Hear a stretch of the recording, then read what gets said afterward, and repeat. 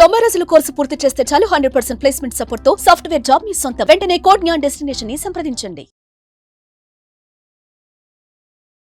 Hi hello welcome to Suman TV. నేను మీ Roshan. So మీరందరూ చూస్తూనే ఉన్నారు, చిలుకూరు బాలాజీ టెంపుల్ ఎంత ఫేమస్ అంటే తెలంగాణలో ఉన్న ప్రముఖ ఆలయాలలో ముఖ్యమైన ఆలయం అని చెప్పుకోవచ్చు. అండ్ ఎప్పటి నుంచో దాదాపు వాళ్ళ నాన్న తాతల తరం నుంచి కూడా వాళ్ళ వంశపారపరంగా పండితులు అని చెప్పుకోవచ్చు. ఆయన రంగరాజన్ గారు, ఆయన పైన దాడి చాలా లేట్గా వెలుగులోకి వచ్చిందనమాట. అసలు ఆయన మీద దాడి ఎందుకు చేయాల్సి వచ్చింది అండ్ దానికి ప్రధాన కారణం ఏంటి, దీని గురించి మాట్లాడడానికి ప్రజెంట్ మనతో పాటు ఉన్నారు ప్రధాన పండితులు అని చెప్పొచ్చండి. సో ప్రధాన పండితులు శ్రీకృష్ణ సుధి గారు.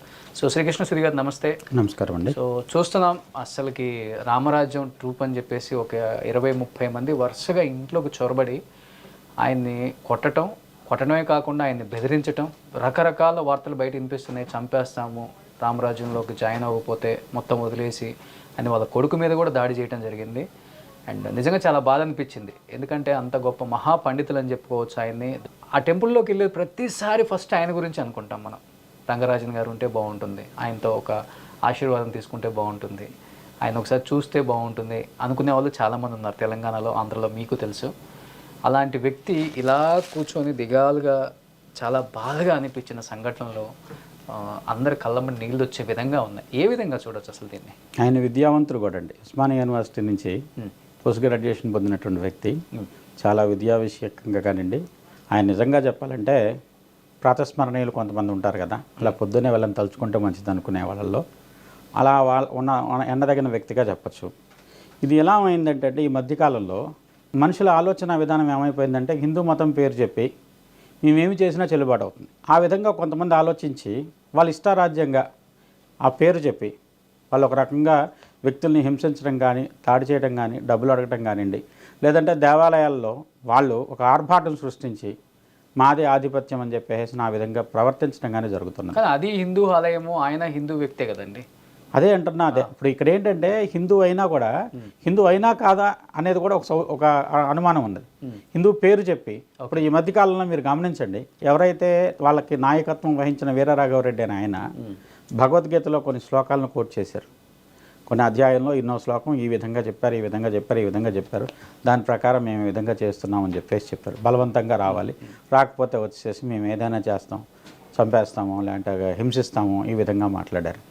ఇక్కడ భగవద్గీత చెప్పిన కృష్ణుడే ఒక బ్రాహ్మణుణ్ణి తనతో పాటు చదువుకున్నటువంటి సుధాముణ్ణి ఏ విధంగా గౌరవించాడో చూస్తే ఎవరూ కూడా ఇలాంటి అకృత్యాలకు పాల్పడరు. అందులో వృత్తిరీత్యా కూడా ఆయన అర్చకత్వంలో ఉన్నటువంటి వ్యక్తి.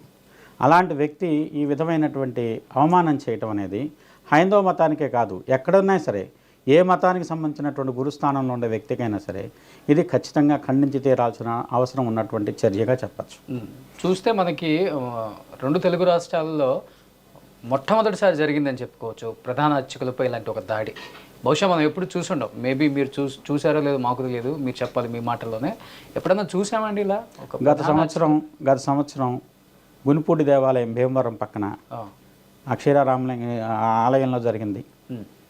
భీమవరంలో ఉన్నటువంటి శివాలయంలో జరిగినటువంటి దాడి జరిగింది. అలానే అంతకుముందు ఇలానే జరిగింది అనుకోండి. ఓకే. ఇక్కడ ఏంటంటే ఇప్పుడు గౌరవించాల్సిన వ్యక్తులు చదువుకున్న తర్వాత విద్య చేసుకున్న వినయంబు దాని వలన బడయి పాత్రత అవన్నీ పోయి అసలు చదువుకున్న తమట ఏదన్నా 4 శ్లోకాలు లేదంటే ఇప్పుడు భగవద్గీత మొత్తం ఆమూలాగ్నం చదివిన తర్వాత దాంట్లో సారాన్ని ఎంత అర్థం చేసుకున్నారు? మాట్లాడేటప్పుడు ఆయన చెప్పిన దాంట్లో సారం దాన్ని తీసుకున్నట్టయితే ఇలాంటి ప్రవర్తన రాదుగా. ఇక్కడ భగవంతుడి పేరు చెప్పి చేసేటువంటి రాక్షస కృత్యాలు అంటే పైశాచిక కృత్యాలను కూడా అనాలి. ఎందుకంటే రాక్షస స్థాయి కూడా దాటిపోయింది. ఇక్కడ గౌరవించాల్సిన వ్యక్తిని తన పైన కూర్చొని ఆయన కింద కూర్చోబెట్టుకొని ఆయన చేత వచ్చేసి బెదిరింపుగానో లేదంటే భయపెట్టే విధంగానో ఈ విధంగా ప్రవర్తించడం అనేది చాలా వచ్చేసి దుర్మార్గమైన చర్య. అందులో ఒక విద్యాధికుడిని అలానే వృత్తిరీత్యా గౌరవించదగిన స్థానంలో ఉన్నటువంటి వ్యక్తిని నిత్యం వెంకటేశ్వర స్వామిని ఉదయం, సాయంత్రం, మధ్యాహ్నం త్రికాలంలో అర్చన చేసేటువంటి అలాంటి మహాపండితుడిని ఈ విధంగా అవమానం చేయటం అనేది ఎవరైనా సరే. ఇక్కడ ఏమైందంటే ప్రభుత్వాలు కూడా కేవలం వాళ్ళకు కావలసినటువంటి ఓటు బ్యాంక్ రాజకీయాల కోసం దేవాలయాలను కానివ్వండి, దేవాలయాల్లో ఉండేటువంటి వ్యక్తులను కానివ్వండి, మీరు కనుక ఏ దేవాలయానికి వెళ్ళినా దేవాలయాల మీద ప్రభుత్వ పెత్తనాల వల్ల దేవాలయాల్లో భక్తి అనేది పూర్తిగా కనుమరుగైపోయిందని చెప్పచ్చు. అంతేకాకుండా ఇప్పుడు దేవాలయంలో ఉండేటువంటి వాళ్ళ ఉద్యోగులు వాళ్ళ పరిధి దాటి భగవంతుడు ఎదురుగుండా నిలబడి ఎన్నో రకాలుగా వచ్చిన భక్తుల్ని కానివ్వండి, అర్చకుల్ని కానివ్వండి ఇబ్బంది పెట్టే విధంగా ప్రవర్తిస్తున్నారు. ఓకే, అది ప్రతి చోట జరుగుతుంది, ఒక దేవాలయం కాదు. ఎందుకంటే మీరు కొన్ని రాష్ట్రాలు వెళ్తే దేవాలయంలో ప్రత్యేకంగా వచ్చి ఎవరైతే నిత్యం దేవుడికి అర్చన చేస్తున్నాడో అదేవిధంగా పూజించేటువంటి వ్యక్తిని చాలా గౌరవించే స్థానంలో చూస్తారు. బద్రీనాథ్ వెళ్తే రావల్జీ అంటారు. ఎంత పెద్ద మఠాధిపతి అయినా ఆయనకు నమస్కారం చేస్తాడు మొదట. అలానే వచ్చేసి కాశీక్షేత్రం వెళ్తే అలా కొన్ని క్షేత్రాల్లో అర్చకత్వంలో ఉన్న వ్యక్తుల్ని భగవంతుడి తర్వాత భగవంతుడు సమానంగా చూస్తారు, వచ్చినా రాకపోయినా. ఎందుకంటే ఇక్కడ కృష్ణుడు ఉదాహరణ మీకు ఇందాక చెప్పింది, వ్యక్తికి పాండిత్యం ఉండటంతోనే కాదు, మనం విద్య వచ్చినట్టునే కాదు, భగవద్గీత నామూలాగ్నం చదివినంత మాత్రాన అన్నీ తెలిసినట్టు కాదు. గీత చెప్పిన భగవంతుడు ఏ విధంగా ప్రవర్తించాడు ఒక బ్రాహ్మణుడితో, నువ్వే విధంగా ప్రవర్తించావు, ఒకసారి సరిచూసుకోండి. వాక్శుద్ధి కూడా ఎక్కువ ఉంటుంది వాళ్ళకి కదా. అంతేకాదు, ఇలాంటి పరిస్థితులు వీళ్ళు స్పందించాల్సింది ఇలాంటి విషయాల్లో కాదు. కొంతకాలం క్రితం ఆంధ్రప్రదేశ్లోనే ఒక రామాయణం లోపలికి వెళ్ళి రామాలయంలో ఉన్నటువంటి రాముడి విగ్రహం తల నరికి తీసుకొచ్చి కోనేరులో పడేశారు. అప్పుడు ఏమైపోయారు వీళ్ళందరూ? అదేవిధంగా అంతర్వేది తీర్థంలో రథాన్ని తగలబెట్టారు, మతోన్మాద చర్యనే అన్నారు. అప్పుడు ఎక్కడికి పోయారు వీళ్ళందరూ? పోలేరమ్మ గుడిలో జరిగింది ఇక్కడ హైదరాబాద్లో, మతోన్మాదే చేశాడు, పేరు ఎందుకు లేకుండా ఎవరో చేశారు. వాళ్ళ విషయంలో స్పందించాల్సినప్పుడు స్పందించకుండా ఇప్పుడు ఏమీ లేని విషయంలో కావాలని చెప్పి అతి సౌమ్యుడైనటువంటి ఒక దేవాలయంలో పనిచేసే అర్చకుడి మీద ఈ విధంగా హఠాత్తుగా దాడి చేసి భయపెట్టి భయభ్రాంతులకు గురిచేసి హిందూ మతంలో ఒక రకమైనటువంటి ఇలాంటి దుష్టులు లేదంటే దుర్మార్గులు ఈ హిందూ మతాన్ని ఆధారంగా చేసుకొని హిందూ మతాన్ని ఇలాంటి రకమైనటువంటి పైశాచిక చర్యలు హిందువులు ప్రేరేపిస్తున్నారు అనేటువంటి భావనను జనాల్లో రేకెత్తించడం కరెక్టేనా?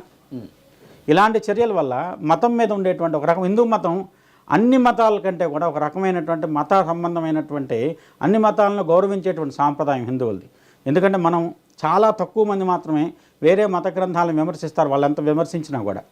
అలానే ఈయన వచ్చేసి తన వంశపారంపర్యంగా వచ్చినటువంటి సాంప్రదాయాన్ని గౌరవిస్తూనే భగవంతుని సేవించుకుంటూనే కొన్ని విశేషమైన కార్యక్రమాలు, మునివాహన సేవ ఎంత గొప్పదండి, ఎంత గొప్ప సౌభాతృత్వం భావన ఉంటే అంత గొప్పమైనటువంటి కార్యక్రమాన్ని చేపడతారు చెప్పండి. ఒక దళిత వ్యక్తుడిని దైవానికి సంబంధించినటువంటి భక్తి ఉన్న వాళ్ళని ఆ వ్యక్తిని భుజాన్ని వేసుకొని మోసుకుంటూ తీసుకెళ్ళి భగవంతుడి దర్శనం చేయించడం, అది ఇలాంటి కొంతమంది రంగరాజన్ గారు లాంటి వ్యక్తుల వల్లనే సాధ్యపడింది. ఎందుకంటే రామానుజాచార్యుడు కూడా అక్కడ కృష్ణుడి విగ్రహం తీసుకొని వెళ్ళినప్పుడు రంగనాథ స్వామిది అక్కడి నుంచి తెచ్చేటప్పుడు అందరూ దళితులను సహాయం తీసుకొని విగ్రహాన్ని ఇక్కడ తీసుకొచ్చినందుకు వాళ్ళకి ప్రత్యేకమైన దర్శన అర్హతను కలిగించాడు. రామానుజాచార్యుల యొక్క ఆదర్శాన్ని తీసుకొని ఈ విధంగా అందరికీ కూడా ఒక ప్రత్యేకమైనటువంటి గౌరవాన్ని కల్పించే, సమాజంలో ఉన్నటువంటి అసమానతలు తొలగించడం కోసం తన వంతు ప్రయత్నం చేసే వ్యక్తుల్ని ఈ విధంగా ఇబ్బంది పెట్టడం చాలా దారుణమైన విషయం. ఇది హిందూ మతం కాదు, ఏ మతమైనా ఒప్పుకోని విషయం. ఎందుకంటే నా మార్గంలోకి రమ్మని అడగటం, ఆయన్ని కొట్టినంత పని చేశారండి మనకు చూపెట్టిన వీడియో ప్రకారం అయితే. ఎందుకంటే ఇక్కడ మనం వెళ్ళి చూసింది కాదు, 2 రోజుల తర్వాత బయటకు వచ్చింది. దాంట్లో ఏంటంటే ఆ వ్యక్తి మొహం చూస్తే మనకు కొడుకుని కొట్టారని చెప్పేసి క్లియర్గా చెప్పారు. అది మీడియాకి మీకే తెలియదు. అవును, ఎదురుగా వస్తుంటే అతను అడ్డుపడ్డాడని చెప్పేసి అతన్ని బాగానే గట్టిగానే కొట్టారు, దెబ్బలు తగిలాయి, హాస్పిటల్లో కూడా అడ్మిట్ అయ్యారని చెప్పారు. కానీ అతను కూర్చున్న పొజిషన్ చూస్తుంటే రంగరాజన్ గారి పొజిషను అప్పటి వరకు ఆయనకి ఏదో కొంత గట్టిగానే ఇబ్బంది కలిగించబట్టే ఆయన అలా కూర్చొని ఇలా ఉండిపోయారు. చూసారా మీరు అసలుకి? సో పానిక్ అయిపోయారు, బాగా భయపడ్డారు, భయభ్రాంతులకు గురి చేసి అంతమంది వచ్చేస్తే ఇంటి మీదకి భయపడతారు కదండి. ఏ మతమైనా అండి. ఎందుకంటే ఒకప్పుడు చదువు సంధ్యలు లేని పరిస్థితుల్లో దేవాలయాల మీద దాడులు జరిగినాయి, లేకుంటే వచ్చే అర్చకుల మీద దాడులు జరిగినాయి, దేవాలయాలకు సంబంధించిన ఆస్తులను తీసుకున్నారు, ఇలాంటివన్నీ ఒక కాలంలో జరిగినాయి. అంటే కానీ ఈ కాలంలో కూడా అలాంటివే జరగటం ఒక రకంగా వచ్చేసి మతపరమైనటువంటి విషయాల్లో ధర్మానికి సంబంధించిన ఏమాత్రం స్థానం లేదు. కలియుగం అంటే ధర్మం ఒంటికాలతో నడుస్తుంది, కుంటి ధర్మమైంది అనేటువంటి పరిస్థితి. అందులో కాకుండా న్యాయ వ్యవస్థను, న్యాయాధికారులను, చట్టానికి సంబంధించిన సెక్షన్లు కూడా ఉటంకిస్తూ మాట్లాడటం ఏదీ లెక్కలేదు. నేను చేసేటువంటి పనే, లేదంటే నేను ఉండేటువంటి నా సైన్యమే గొప్పది, దాంట్లో వచ్చిన వాళ్ళందరికీ నేను జీతాలు ఇస్తాను, లేదంటే ఇంకేదో ఇస్తాను. ఇదంతా ఏంటంటే ఒక రకంగా మతపరమైనటువంటి విశృంఖలత అని చెప్పచ్చు. ఎప్పుడైనా సరే ఏదైనా ఒక పరిధిలో ఆటవికడిగా ఉన్నటువంటి మనిషిని మతం అనేది ఒక క్రమబద్ధమైన మార్గంలో పెట్టడానికి సృష్టించబడింది. అవును, మా మతం వల్ల ఏంటంటే కొన్ని నియమాలకు కట్టుబడి మనిషి జీవించాలి అని చెప్పేది ఏ మతంలో అన్న ఉద్దేశం. ఇక్కడ ఏమవుతుందంటే మళ్ళీ తిరిగి ఆటవికమైన రాజ్యానికే దారితీస్తుంది. అంతకుముందు కొంతమంది సమాజంలో ఉన్న అసమానతలను ప్రశ్నించడం కోసం ఈ విధమైనటువంటి అవతారాలు ఎత్తేవాడు. అలా ఉన్నటువంటి అసమానతలను ఖండించిన వ్యక్తి మీద దాడి చేయడం మటుకు చాలా దారుణమించారు. ఇందాక మీరు ఒక మాట అన్నారు, రాజకీయ పార్టీలను కూడా మీరు అంటే ఒక రకంగా చెప్పాలంటే మొన్నటి వరకు కొంతమంది రాజకీయ పార్టీలు వాళ్ళ లబ్ధి కోసం హిందూ ముస్లింల మధ్య చిచ్చు పెట్టి గొడవ పెడుతున్నారు అన్నారు. కానీ ఇప్పుడు చూస్తుంటే హిందువుల మధ్య గొడవ పెట్టి చిచ్చు చెప్తున్నారు మళ్ళీ. అసలు ఇంకోటండి, చిలుకూరు ఆలయం, చిలుకూరు తిరుగుబాటు ఎవరు ప్రశ్నించలేదండి. ఇప్పుడు మార్నింగ్ ఏదో కేటీఆర్, సబితా ఇంద్రారెడ్డి వీళ్ళు వెళ్ళారు, కానీ ఒక్క రాజకీయ పార్టీ అధికారంలో ఉన్న వాళ్ళు కానీ ఎవరైనా కానీ మరి రంగరాజన్ గారి మీద అంత దాడి చేశారని ఒక్కళ్ళు కూడా ఒక స్టేట్మెంట్ ఇవ్వలేకపోయారు. నిజంగా చట్టాలు పనిచేసి ఎంతసేపు అనండి, చట్టాలు సరిగా పనిచేస్తే. అరెస్ట్ చేశారు, అది వేరే విషయం అనుకోండి. ఇప్పుడు అరెస్ట్ చేశారు, దాని మీద ఇంకేదో చర్య జరుగుతుంది, ఇంకేదో జరుగుతుంది. ఇప్పుడు ఈ మధ్యకాలంలో దేశ పరిస్థితులు ఎలా మారినాయంటే, ఎవరినైనా సరే, ఏ మతం వ్యక్తినైనా సరే ఒక మతాన్ని నిలబెట్టుకోవడం కోసం, లేకుంటే ఒక మతానికి సంబంధించినటువంటి ఆధిపత్యం నిలబడటం కోసం, ఇప్పుడు బాంబేలో జరిగినటువంటి రాజకీయ నాయకుల హత్యలు కానివ్వండి, సినిమా స్టార్ల మీద జరిగినటువంటి దాడులు కానివ్వండి, ఇవన్నీ కూడా ఏంటంటే ఒక వ్యక్తిలో మారుతున్నటువంటి భావ తీవ్రత, దానికి పరాకాష్ఠగా చెప్పాలి. తెలిసింది ఏంటి, ఎందుకు కొట్టారంటే ఏమని చెప్పారు మీకు? కేవలం అండి ఒక రకంగా వాళ్ళు ఒక ఇప్పుడు మామూలు చిన్న దేవాలయానికి వెళ్ళారు, దానికి వస్తే అంత ప్రచారం రాదు, మీడియాలో ప్రచారం కోసం జరిగింది. తర్వాత ఏంటంటే ఏదో రకంగా వచ్చేసి ఒక ప్రాంతంలో ఒక వ్యక్తిని బాగా నలుగురు గుర్తించిన వ్యక్తిని కనుక ఇబ్బంది పెట్టినట్టయితే వాళ్ళకు ఒక తీవ్రమైన ప్రచారం కానీ ఒక్కసారిగా వెలుగులోకి రావచ్చు అనేటువంటి తాపత్రయం. బిష్నోయ్ గ్యాంగ్ కానీ వాళ్ళు చేసేటువంటి చర్యలను వీళ్ళు కూడా ఒక ఆదర్శంగా తీసుకొని చేసేటువంటి పనిగా కనపడుతుంది తప్పితండి నిజమైన హిందూ మతం మీద అభిమానంతో జరుగుతున్న చర్య కాదు. ఓకే, హిందూ మతం అనేది ఎప్పుడైనా సరే హిందూ మతాన్ని వంట పట్టించుకున్న వ్యక్తికి కొంత వచ్చేసేసి కొంత సహనశీలత ఉంటుంది. అలాంటి సహనశీలత ఏమాత్రం కించిత్తైనా లేని వ్యక్తి అహంకారంతో మాట్లాడుతున్న మాటలు కానివ్వండి, ఆ ప్రవర్తన కానీ ఆ విధంగా ఉంది. కాబట్టి ఇది చాలా తీవ్రంగా దారుణంగా ఖండించాల్సిన విషయం. అయితే ఇప్పుడు ప్రభుత్వాలు తీసుకుంటే అందరినీ సమానంగా తీసుకొని పరిపాలన చేయండి, లేదంటే మిగతా మతాలను ఏ విధంగా వదిలేశారు అదేవిధంగా మా హిందూ దేవాలయాలను కూడా వదిలేస్తే దాన్ని ఎలా కాపాడుకోవాలో ప్రతి ఒక్క హిందువుకి తెలుసు. బ్రాహ్మణులని కాదు, ప్రభుత్వానికి ఆదాయమే అది కదండి. ఇప్పుడు భూములు లాక్కున్నారు, ఇవాళ రోజున పేదలకు కానివ్వండి ఇతరులకు పంచిన భూముల్లో సింహభాగం దేవాలయ భూములే ఉన్నాయి. అలానే మిగతా సంబంధించిన మతాలకు సంబంధించిన ఆస్తులు కానివ్వండి అవి కానీ కనీసం ఒక అంగుళం మేర కూడా ముట్టుకోలేదు. ఇది ప్రభుత్వాలు ఏంటంటే వివక్ష కదా. ఇక్కడ దీంట్లో లౌకిక రాజ్యం అనడానికి ఇక్కడ ఏమాత్రం లౌకిక రాజ్యం అనేది ఇక్కడ కనపడుతూనే ఉంది కదా. హిందూ మతం సంబంధించిన ఆస్తులన్నీ ప్రభుత్వాలు తీసుకున్నాయి, దేవాలయాలకు సంబంధించిన ఆస్తులు కానివ్వండి, ట్రస్టులకు సంబంధించిన ఆస్తులు కానివ్వండి. అదేవిధంగా మిగతా రకమైన మత సంబంధమైన ట్రస్టులు కానివ్వండి వాటికి సంబంధించిన ఆస్తులు ఎందుకు ముట్టుకోలేకపోతున్నాయి ప్రభుత్వాలు? కేవలం ఓటు బ్యాంక్ రాజకీయం కోసమే, మైనారిటీలను బొచ్చగించుకోవటం అవసరం. కేవలం దీంట్లో నలిగిపోతుందంటే నిజంగా చదువుకున్నవాడు, కేవలం ధర్మం మీద నిలబడిన వ్యక్తులే నలిగిపోతున్నారు. ఈ రంగరాజన్ గారు లాంటి వ్యక్తులు నిజంగా చెప్పాలంటే ఆయన చదువు కానివ్వండి, తర్వాత ఆయనకున్నటువంటి ఒక ఉన్నత స్థాయి కానివ్వండి అన్నీ కూడా ఎందుకు కొరగానవైపోయిన ఒక్కరోజు ఇలాంటి దుర్మార్గమైనటువంటి ఆలోచన వ్యక్తుల ముందు. ఆయన ఆత్మవిశ్వాసం ఎంత తగ్గిపోయి ఉంటుందో చూడండి. ఈ పరిస్థితుల్లో ఇలాంటి సంఘటనలు జరిగినప్పుడు ఇలాంటి పరిస్థితులు అందరూ కూడా ఏకంఠంతో సంఘీభావం తెలపవలసిన అవసరం ఉంది. అందరం ఒకసారి హిందూ సంబంధమైనటువంటి ధార్మిక వ్యక్తులు, స్వామీజీలు కావచ్చు, లేకుంటే వచ్చేసి ఇతర సంబంధించిన శైవమా, వైష్ణవమా, శాక్తేయమా ఇవన్నీ పక్కన పెట్టి ఎవరైతే ధార్మికపరమైనటువంటి జీవితం గడుపుతున్నారో ఆ వ్యక్తికి అన్ని సంబంధించినటువంటి దేవస్థానాలకు సంబంధించిన అర్చకులు కానివ్వండి, చిలుకూరు తిరుగుబాటు అదేగా జరిగింది. హుండీ అవసరం లేదు మాకు, హుండీ తీసేశారు. ఫస్ట్ చిలుకూరు అందరి దృష్టిలోకి ఎందుకు వచ్చింది అంటే హుండీ అవసరంలో, ప్రభుత్వం అవసరంలో, మాకు పరిపాలన మేమే చేసుకోగలం మా దేవాలయాన్ని. అలా మొదలుపెట్టినటువంటి సౌందరరాజన్ గారి టైంలో మొదలెట్టినటువంటి చిలుకూరు తిరుగుబాటు ఇంకా పరిడవిల్లి చాలా ఉన్నత స్థాయి ఆదర్శాలతో ముందుకెళ్తుంది. కాబట్టి ఏదో ఒక విధంగా ఆ వ్యక్తినో లేకుంటే ఆ సంస్థకు సంబంధించిన పురోభివృద్ధిని కొంతవరకు నిరోధించగలిగితే ఆ దేవాలయాన్ని నా కంట్రోల్ని చేయమని చెప్పని, లేదంటే వచ్చి తనకు ఉన్నటువంటి అక్కడ భక్తులను తన ఆధీనంలో ఉండమని చెప్పమని, ఈ విధంగా ఒక రకంగా బెదిరింపు ధోరణిలో మాట్లాడి ఆ వ్యక్తిని భయపెట్టి ఏదో ఒక విధంగా తను అక్కడ ఆధిపత్యం పొంది క్రమంగా వచ్చేసి దీని ద్వారా తన మిగతా దేవాలయాలను కానీ లేదంటే హిందూ ధార్మిక సంస్థలను కానీ తన కంట్రోల్లోకి తెచ్చుకోవాలని. సో దీన్ని అరికట్టకపోతే ఇంకా చాలా చూడాల్సి వస్తుంది సార్. చాలా దారుణమైన పరిస్థితులు. ఇది ఇక్కడ ఆగాలి. ఎందుకంటే అండి మీరు గమనిస్తే కొన్ని సంవత్సరాల క్రితం తిరుమల తిరుపతి ప్రధాన అర్చకుడిని కూడా కొంతమంది రాజకీయ నాయకులు చాలా దారుణంగా మాట్లాడారు. అవును. అదేవిధంగా విజయవాడలో దేవాలయాలన్నీ కూడా ఏదో రోడ్డు విస్తరణలో పోయినప్పుడు చాలామంది రోడ్డుని పడే పరిస్థితుల్లో అప్పుడు చాలా దారుణంగా మాట్లాడారు. ఆ దేవాలయాలన్నింటి తన ఇష్టారాజ్యంగా తన ఆస్తిగా కొంతమంది ఎంప్లాయీస్ని పెట్టి వాళ్ళ ద్వారా వచ్చేసి పురోహితం కానీ అర్చకంలో ఉన్నటువంటి వ్యక్తులను కానీ దారుణంగా ఒక రకంగా అవమానిస్తూ జరిగేటువంటి దేవాలయ వ్యవస్థ ఉందో భగవంతుడు ఎందుకు ఉపేక్షిస్తున్నాడో కానివ్వండి, ఇక మీదట భగవంతుడు ఉపేక్షించడు అనుకుంటున్నాను నేను. ఎందుకంటే ఎప్పుడైనా పరాకాష్ఠకు వచ్చినప్పుడు యదా యదాహి ధర్మస్య గ్లానిర్భవతి భారత అభ్యుర్ధానమధర్మస్య తదాత్మానం సృజామ్యహం పరిత్రాణాయ సాధూనాం వినాశాయ చతుష్కృతాం ధర్మ సంస్థాపనార్థాయ సంభవామి యుగే యుగే. నేనే వస్తాను, నేనే చేస్తానని చెప్పినట్టు ఏదో విధంగా. ఎందుకంటే ఏ దేవుడైనా సరే మంత్రాధీనం దైవం.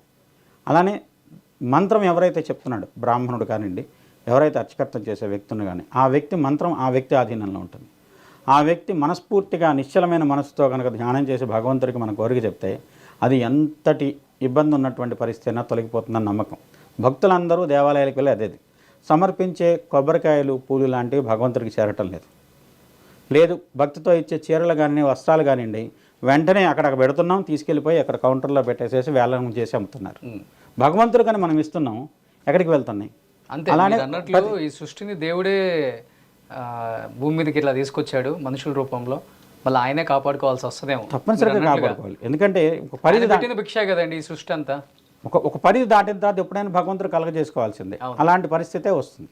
సో ఆయనకు మంచి జరగాలని, సో మనోధైర్యాన్ని ఇవ్వాలని, సో అందరూ ఆయనకి అండగా నిలబడాలని మనస్ఫూర్తిగా కోరుకుంటున్నాను సార్. అండ్ అందరి యొక్క బాధ్యత బాధ్యత అది నిజంగా. సో ఇవాళ ఆయనకు జరిగింది రేపు ఇంకొక వ్యక్తికి జరుగుతుంది. ఇది ఒక వ్యక్తితో ఆగుతుందని అనుకోవాల్సిన పని లేదు. సో ఎందుకంటే ఇలాంటి వాళ్ళని ఖండించి ఇలాంటి ఒక చోట ఆపకపోతే అది ఒక పరాకాష్ఠకు వెళ్ళే పరిస్థితి వస్తే కనుక ఒకది అందరికీ బాధ రావచ్చు. మన దాకా రాలేదని ఇప్పుడు ఏమవుతుందంటే అండి, అది వైష్ణాలయం మనకేం సంబంధం అని కొంతమంది ఇలా ఆలోచించే విధానం చాలా తప్పు. శివుడైనా, విష్ణువైనా, శక్తి అయినా, గణపతి అయినా, కుమారస్వామి అయినా, ఇంకా ఇతర దేవతలు, సాయిబాబా లాంటి ఆలయాలైనా ఇవన్నీ ఏంటంటే ఒక ధార్మికపరమైన మార్గంలో నడుస్తున్నాయి. అవును, అలాంటి మార్గంలో ఉన్నటువంటి వ్యక్తులకు ఎవరైనా జరిగినప్పుడు అందరూ స్పందించాల్సిన అవసరం ఉంది. ఇది కనీస బాధ్యత మనందరిది. సో శ్రీకృష్ణ సుధీ గారు చెప్పినట్లు అందరి బాధ్యత, అందరూ రంగరాజన్ గారికి అండగా నిలబడాలని, ఆయనకి మనోధైర్యాన్ని ఇవ్వాలని, మేమున్నాం అనే ఒక మంచి మెసేజ్ని ఈ సొసైటీకి ఇవ్వాలని మనస్ఫూర్తిగా కోరుకుంటున్నాం. So thank you so much Srikrishna Sudhi గారు. నమస్కారం.